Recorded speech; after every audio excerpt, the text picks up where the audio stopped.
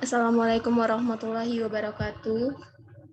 Baiklah, kelompok kami di sini akan menampilkan hasil diskusi kami dalam bentuk PPT mengenai mekanisme pemeriksaan perkara di Mahkamah Konstitusi yang disusun oleh Zaki Ilham Bayangkara dan Novinta Sari.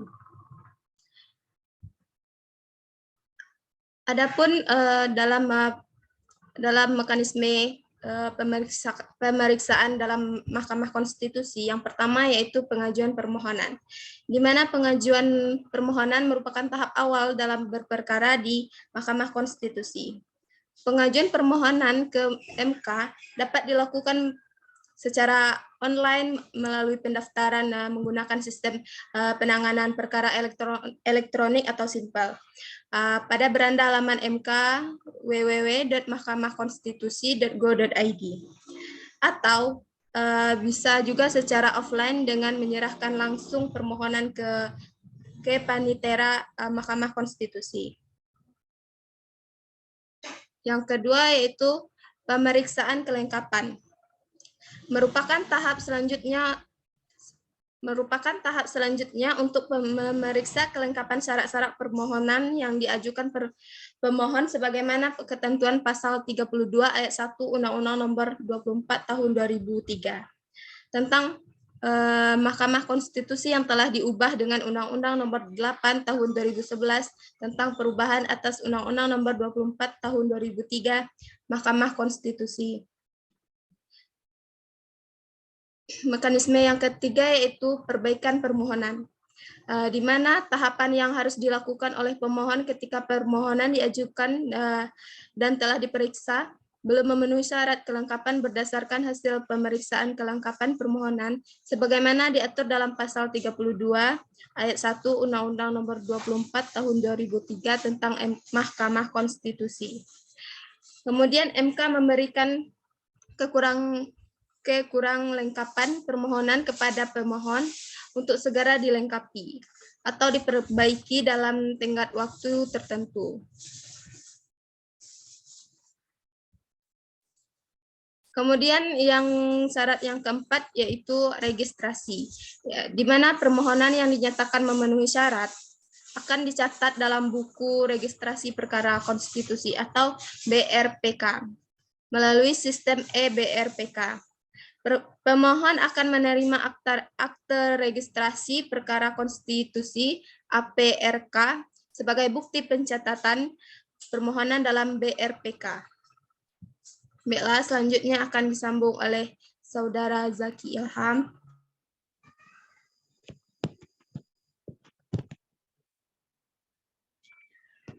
Baik, terima kasih kepada teman saya Novinta Sari. Selanjutnya, penyampaian salinan permohonan dan pemberitahuan sidang pertama. Permohonan yang telah terregistrasi akan dimuat pada laman MK www.mahkamahkonstitusi.go.id atau www.mkri.go.id dan salinannya disampaikan kepada para pihak. Selanjutnya, MK akan menetapkan dan memberitahukan hasil hari sidang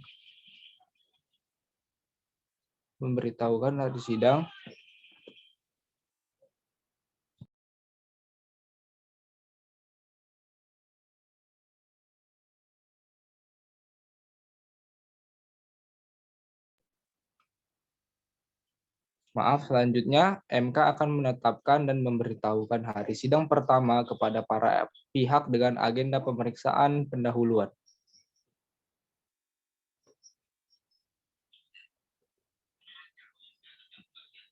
Kemudian, pemeriksaan pendahuluan. Pemeriksaan pendahuluan merupakan sidang pertama MK dalam rangka memeriksa kejelasan permohonan dan memberikan nasihat kepada pemohon terkait permohonan yang diajukan.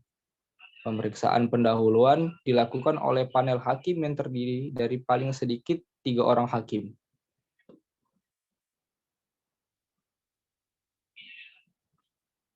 Selanjutnya, pemeriksaan persidangan. Pemeriksaan perkara merupakan tahapan persidangan yang dilakukan oleh panel hakim maupun pleno hakim untuk memeriksa pokok perkara.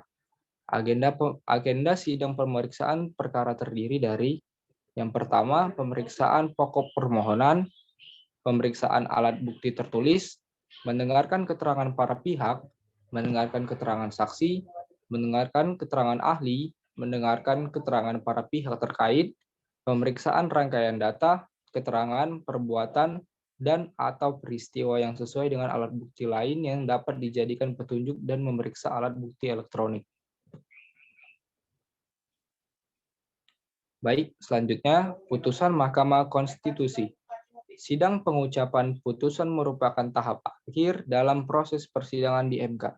Sidang pengucapan putusan dilakukan dalam sidang pleno terbuka untuk umum yang dihadiri paling sedikit 7 orang hakim dan para pihak. Putusan MK mempunyai kekuatan hukum mengikat sejak diucapkan dalam sidang pleno terbuka. Putusan yang telah diucapkan dalam sidang pleno diunggah pada laman MK www.mkri.go.id dan dapat diakses oleh masyarakat. Penyerahan salinan putusan. Setelah putusan dibacakan dalam sidang pleno terbuka, maka MK berkewajiban menyerahkan salinan putusan kepada para pihak dalam jangka waktu yang ditentukan sejak putusan diucapkan. Salinan putusan yang disampaikan kepada para pihak dapat berupa salinan cetak atau hard copy atau salinan digital soft copy dalam bentuk PDF. Baiklah, mungkin hanya segitu yang bisa kelompok kami sampaikan. Lebih dan kurangnya kami mohon maaf.